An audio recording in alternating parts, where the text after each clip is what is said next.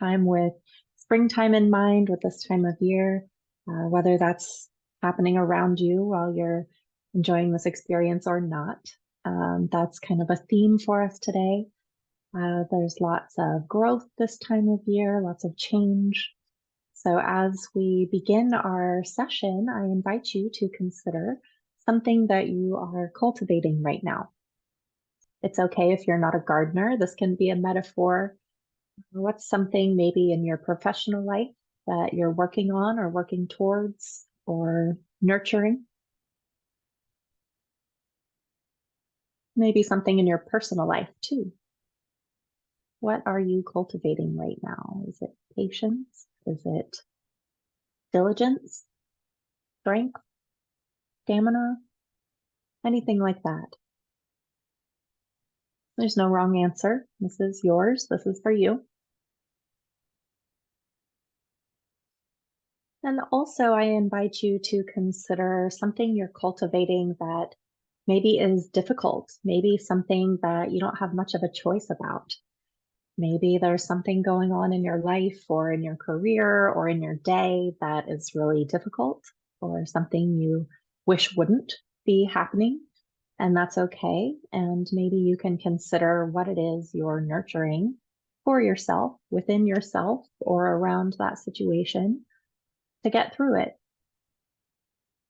or something that maybe is coming out of that experience, whether it's positive or negative. I like to remember as a gardener myself that while I really enjoy the fruits of my labors, for example, eating a fresh tomato in the summer after growing it through the spring, can be really satisfying and this wonderful little picture in my mind's eye. And at the same time, all throughout the spring, all throughout that period of cultivation, there's a lot of getting my hands dirty. There's a lot of digging dirt out from under my fingernails. There's bugs and flies and needing a shower from getting sweaty and dirty, and, getting dirt up on elbows and knees from just working in the mud. So I invite you to do with that what you will. And as we sit together today, just consider what it is that you're cultivating in your life, in your springtime, in your set of experiences as they exist right now. And just notice your response to that, your feelings about that, your tendency to create distraction or to lean into a series of thoughts around something there. And somewhere along those lines, I think, begins the work of meditation. Just noticing what it is that's happening right here, right now, noticing what is actual, and noticing that it's not all in our control. And that can include our thoughts, our feelings, our perspective on a topic at a given moment. Like I was just talking about, gardening can take this really beautiful picture in my mind's eye and only think about the positive results that are not guaranteed, by the way. And at the same time, while in that process, it can be kind of frustrating. It can be hard work. It can be sweaty, dirty, unpleasant. And I can look up from the ground and go, why do I choose this hobby? Why do I like this?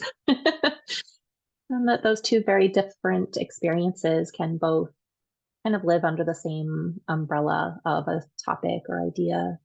And that sometimes noticing what's happening right now means just acknowledging the thoughts or feelings that might be coming up and knowing that they're not part of our control. And instead, we can just notice them, kind of like we watch the clouds go by, notice the weather changing, notice something growing out of the ground that maybe we didn't plant there. We might call it a weed and say, hey, that's not part of my garden, but it's growing here anyway.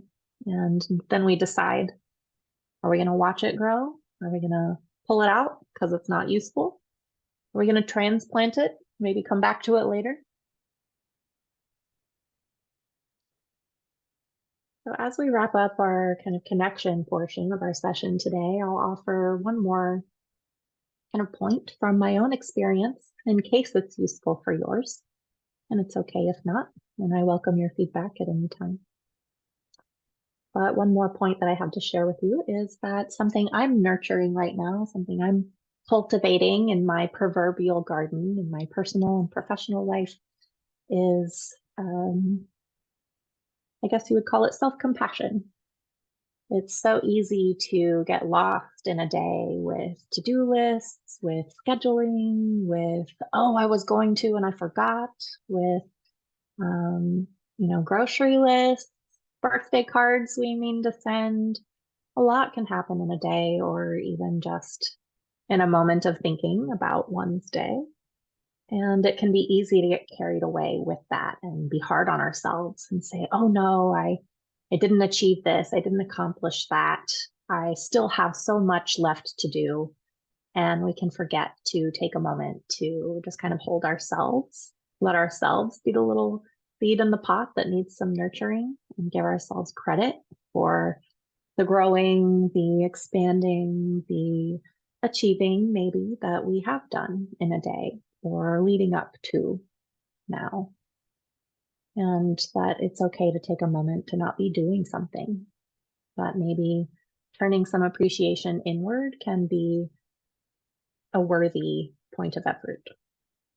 So with that, I am working on being easier with myself as I go about my days, my to-do lists, my scheduling, and I hope that I can be your permission slip, your hall pass to do the same for yourself. I think that when we're nice to ourselves, we're nicer to the people around us, and that has a ripple effect in the world. So maybe it's cheesy, maybe it seems small, but I hope something there is useful for you and your perspective and experience today. And I invite you to join me in practicing a little bit of self-compassion in our meditation practice today. I'll first offer a breathing technique where we'll just breathe to the count of 4 in and out. And then we'll work at expanding each breath just one little sip longer. So then maybe counting to 5 in and out for a breath, and then 6 up to 8. And then just noticing what it's like to be a little more expansive with each breath, maybe the thoughts and feelings that come with that. And maybe we can consider that self-compassion and forgiveness and some abstract things that are part of our lives every day can take the same form. They can take time, they can take a little bit of effort at a time, repeated often, much like we're here to do with our meditation practice today. So I invite you to explore with some curiosity the idea that your breath, your body as the container of that breath, can become a little bigger with a little effort, a little practice, a little expansion, and maybe at the same time, your capacity for life, for love, for self-compassion can grow as well. So do with that what you will.